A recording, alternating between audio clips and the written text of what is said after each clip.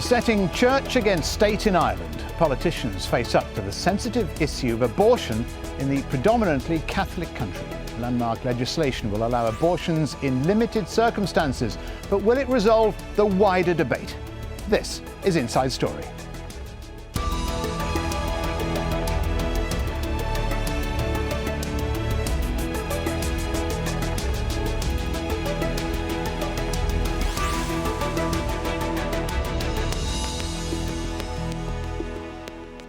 Hello and welcome to Inside Story. I'm Stephen Cole. After decades of delay and months of argument, Ireland is revisiting the divisive issue of abortion. The Irish Parliament has been debating a bill allowing limited abortion for the first time.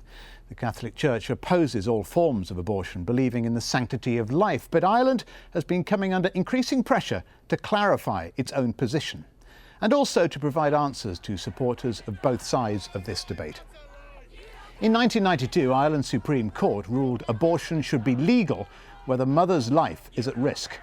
That ruling followed the case of a 14-year-old girl who was denied an abortion after being raped. And Ireland's laws faced further global scrutiny in October last year when a 31-year-old Indian woman died after allegedly having a request for a pregnancy termination refused. And I went back, with the remains of Savita.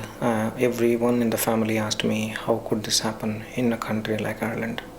They just couldn't believe it, that the faith or the religion came, first before someone else's life. It was this case that led to the drafting of the Protection of Life During Pregnancy Bill. And this allows for a termination when 3 doctors unanimously agree there is a real risk to the life of the mother. It also permits abortion if 1 obstetrician and 2 psychiatrists unanimously agree a pregnant woman is at risk of suicide. Some lawmakers believe this latter clause is open to abuse.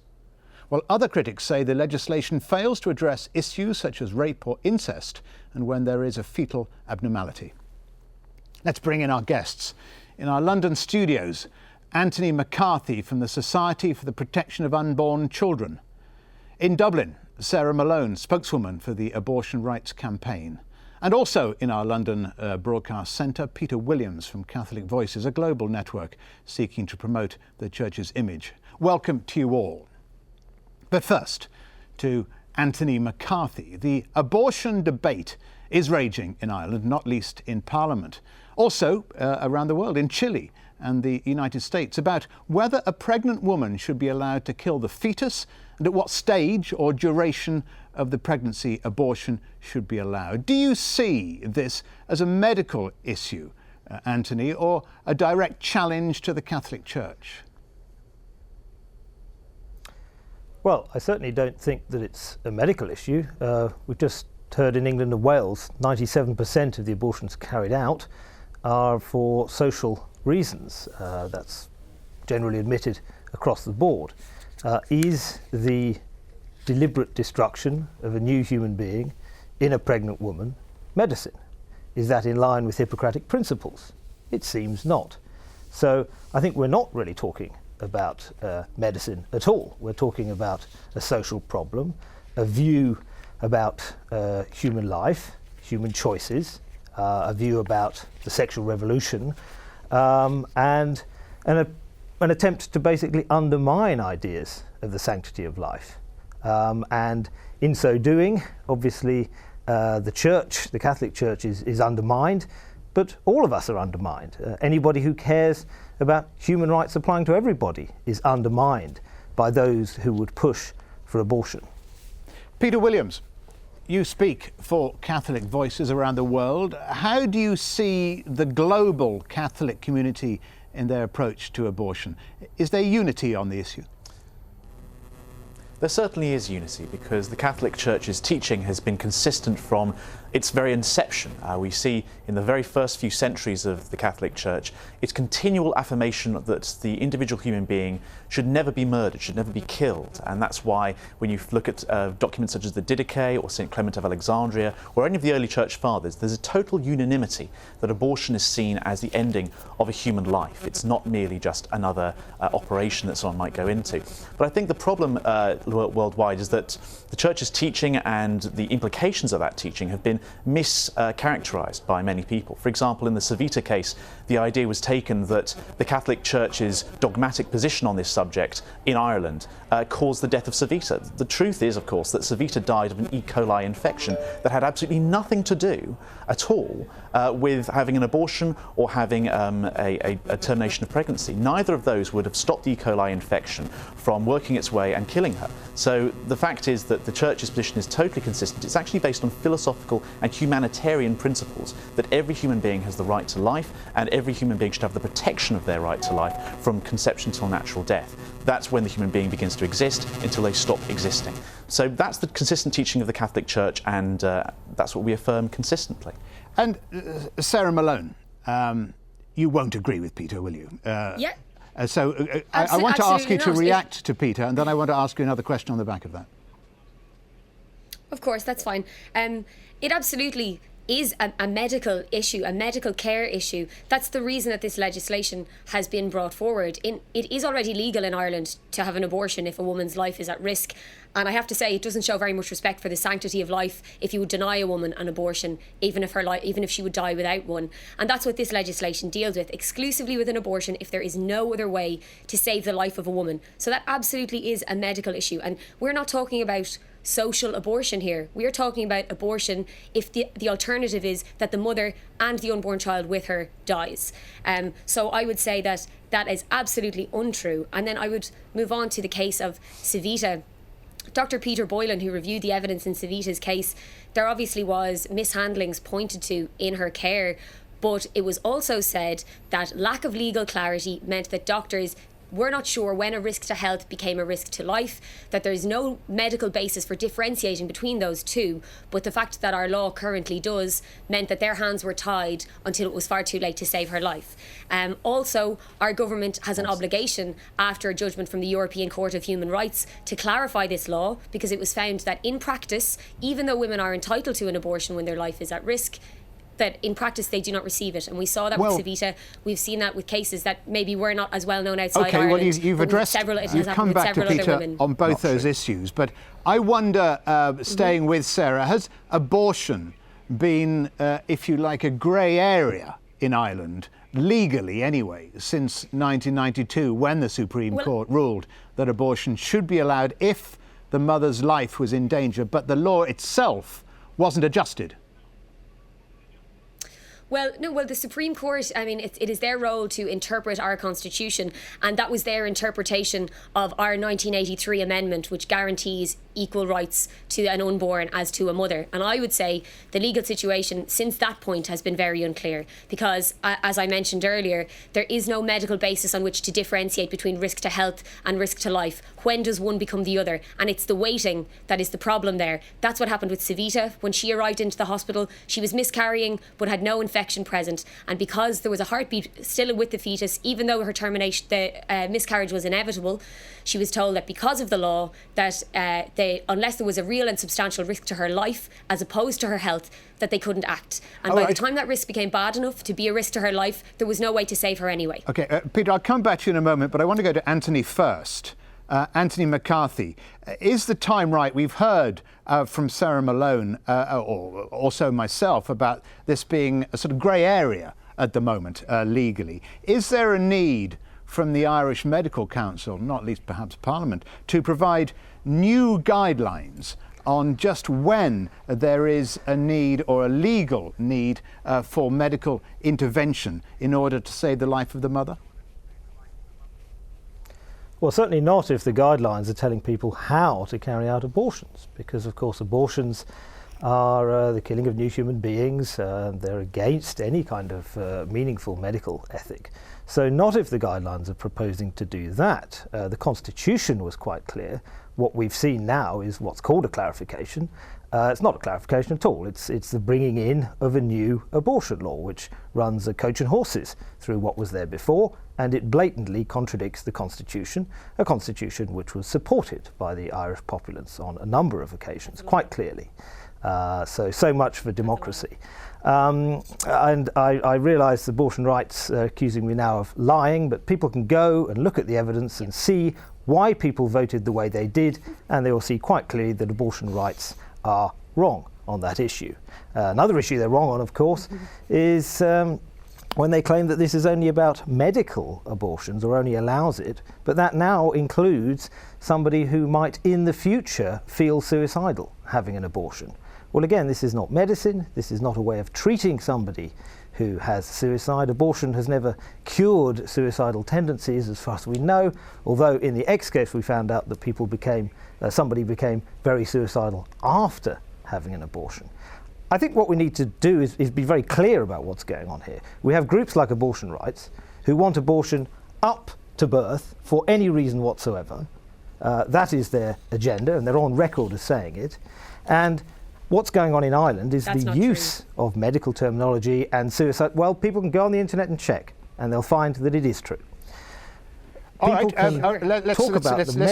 before we go onto the internet, Anthony, and before we come back to you, Sarah, Peter Williams, I want to come back to you.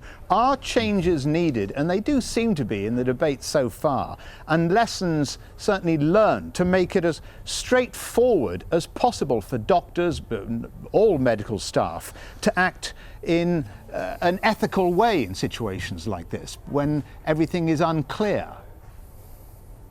Well, I think it would be helpful for your viewers if we actually make the distinction very clear between abortion and termination of pregnancy, because those are two distinct things.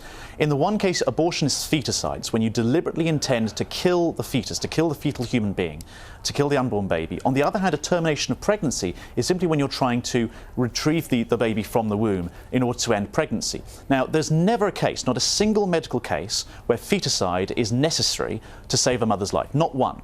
There are, however, cases where termination of pregnancy is necessary. And under Catholic teaching, which is what has been brought up in the Savita case, it is permissible to introduce termination of pregnancy, that is, retrieve the baby, certainly post-viability, and there's a debate about whether it's the case pre-viability. But unfortunately, many people have tried to abuse cases like Savita or the Beatrice case in El Salvador and tried to say, well, these cases prove that you need to introduce abortion. The fact is that you don't need to introduce abortion. That is utterly unnecessary. And the guidelines that Ireland has currently, and had currently when the Savita case took place, was that it was permissible under Irish law to introduce termination of pregnancy, even pre-viable termination of pregnancy, in order to save a mother's life. If that had been, of course, needed, which in this case, in the Savita case, it clearly wasn't. The inquest found medical misadventure. It did not find that there was a necessary termination of pregnancy or or indeed an abortion. And it couldn't have done. What killed Savita, as I said before, was E. coli infection. And actually, had the various elements of the medical situation been better, had they given her the drugs that she needed to get rid of the E. coli infection, that particular form of E. coli infection, then her life would have been saved. They did not need to kill her baby. But to try to use this case, to abuse this case, to shoehorn into Irish law some kind of legalised form of abortion is not only morally disreputable, it is utterly contrary to the facts. And that, I think, is quite wrong. Peter Williams, thank you. What is certain is that abortion is a global issue, but particularly in predominantly Catholic countries. The Chilean President Sebastián Piñera caused controversy this week when he praised an 11-year-old rape victim for not aborting her pregnancy. The young girl had been raped over 2 years by her mother's partner. The mother supports the partner. She's now pregnant with his child. Abortion is illegal in all circumstances in Chile, and these comments by the president have reignited the debate over the strict anti-abortion laws. Le he pedido al ministro de Salud que se preocupe personalmente. I asked the health minister to personally watch over Belen's health. Today she has been pregnant for 14 weeks, and yesterday she surprised us all, showing depth and maturity when she said that despite the pain that the man who raped her caused her, she was going to love and care for her baby. This is an issue around the world. And Peter, this is obviously a very serious issue in Chile, where we've just heard what the president had to say. The risks, especially in some of the less developed countries, can force backstreet abortions, for example. Those are putting mothers and children at huge risks, aren't they? Mm-hmm. Yes, certainly. But actually, when we look at the facts, when we look at the WHO statistics of those countries, for example, in different continents, which have made abortion illegal, compared to those countries which have made it legal, we don't actually find that there are increased numbers of maternal mortality. Maternal mortality is quite important because maternal mortality records not merely deaths of mothers from complications during birth, but also deaths from illegal abortions. But when we look at countries like Nepal, which has absolutely no restriction on abortion whatsoever, we actually find it has one of the highest rates of maternal mortality in Asia. When we look at countries like Sri Lanka, again in Asia, we find which has one of the most restrictive abortion laws, certainly according to the Centre of Reproductive Rights, which is a pro-abortion organisation. They count Sri Lanka as one of those countries. Sri Lanka is counted as a country which has one of the lowest maternal mortality rates. Chile is an excellent example. In 1960, they had 275 deaths per 100,000 births. That was a very high maternal mortality rate. Since they've made abortion illegal, it's gone down to 18.7. Per 100,000 births. And that's, if you compare that to Guyana, which made abortion legal in the mid-1990s precisely on the basis that there was high maternal mortality rates, it still has one of the highest maternal mortality rates on that continent. So when we actually compare like with like, when we compare countries that have made abortion illegal and they've affirmed the human right to life from conception till natural death, we don't find that there are higher illegal abortions or higher maternal mortality rates. Quite the contrary, we find the total opposite, and it's precisely those countries which have made abortion legal that have higher maternal mortality rates. Sarah Malone, the issue of legal abortion is a very important one, but we need to look at the facts here, and that's what the WHO statistics are there for. Sarah Malone, unless an abortion is necessary to save a mother's life, do you think abortion should be permitted after the point where substantial medical evidence says that the unborn child can feel pain? Well, in that case, I mean, I think, first of all, that the question obfuscates and, erases the reasons that abortions at late stages of pregnancy tend to happen. They tend to happen when there's a severe risk to the health or life of the woman, or where the fetus has been deemed to be unviable outside of the uterus. These are very desperate situations for these women. And I would say that if the fetus is viable outside the uterus, that the woman's pregnancy should be ended to protect her life, her health, mental and physical. But that's not an abortion. An early delivery and an abortion are not the same. And I just want to go back to the point that was made about the difference between abortion and termination of pregnancy. Firstly, there isn't a medical basis for that. But anyway, our legislation does not mention the word abortion at all. The word abortion is not in this bill. The phrasing in the bill is medical procedures in the course of which, or as a result of which, an unborn human life is ended. This means that doctors can act in their patient's best interest, and there have been allegations that it would allow abortion through all 9 months of pregnancy. But common sense will tell you that that is not true, because later in pregnancy, early delivery would be another option. And it specifically says in the legislation that abortion must be the only way to save a woman's life for it to be carried out. Or sorry, that this medical procedures, whatever they are, must only be carried out when that end an unborn life must only be carried out if a woman will die if she doesn't receive one. And also, with regard to maternal mortality rate, there are certainly countries that have quite restrictive abortion laws and quite low maternal mortality. Ireland is one of those. Luckily, many of our women can travel for abortion, so I'm sure that affects the statistics. But there are also countries such as Canada where they have no legal restrictions on abortion. I'm sorry, I'm actually not every year. Yeah, absolutely, they do. So I'm sure that would have an effect on our maternal mortality. I'm sure that we would have a lot more women dying from unsafe illegal abortion if they could not travel. And there are countries like Canada. Why don't we see that in Sri Lanka then? Why don't we see that in Chile? Why do we see that in other countries where this is the case? I'm actually not finished yet. If you could wait until I'm finished, please. Thank you. Countries like Canada, where abortion is unrestricted by the law and they have excellent rates of mortality. And the reasons for that is because the legal situation is not what affects the amount of abortions that happen. How we reduce abortion is by supporting women in crisis, by destigmatising single mothers and adoption, by offering women real access to education and contraception to prevent those unwanted pregnancies from happening in the first place. Abortion being illegal you've will not prevent a woman made a from very choosing. strong point there, Sarah. And Peter, you want to reply, and then I'll go to Anthony. Sorry, can I? It's interesting that she brought up the issue of Canada, actually, because actually in 2010 in The Lancet a study was published which actually found that the United States, Canada and Norway, 3 countries which have had very liberal abortion laws, actually saw an increase in maternal mortality. But regardless of this, The whole issue here is whether or not we affirm the human right to life from conception until natural death. The human being is given the right to life under Article 3 of the United Nations Declaration of Human Rights, and that includes every human being. And it is utterly unjustifiable on medical grounds or any other moral grounds to introduce legalised forms of abortion. There is no case that's at all a good where point. feticide is made. necessary to save Anthony, a mother's life. Anthony McCarthy, your reply? Can I? Yes, I just wanted to take up. We were talking about abortion and termination of pregnancy. Now let's get very clear. Abortion is the deliberate killing of a child or the deliberate assault on a child, which will result in that child's death, as we see in the induction of pre-viable babies. Now, both of those, it seems to me, can reasonably be called abortion. If we're talking about an operation on a mother, like an ectopic pregnancy situation, a legitimate operation on a mother which has the side effect that the child loses his life, we're talking about something else. Okay, that's a side effect of a legitimate operation. You are not targeting the baby, you are targeting a fallopian There's no medical tube. basis Now, for that distinction. There's an absolutely normal medical procedure, and it's an important philosophical principle. Yeah. And it's called an abortion. Regularly. So will you let me finish? Thank you. Okay?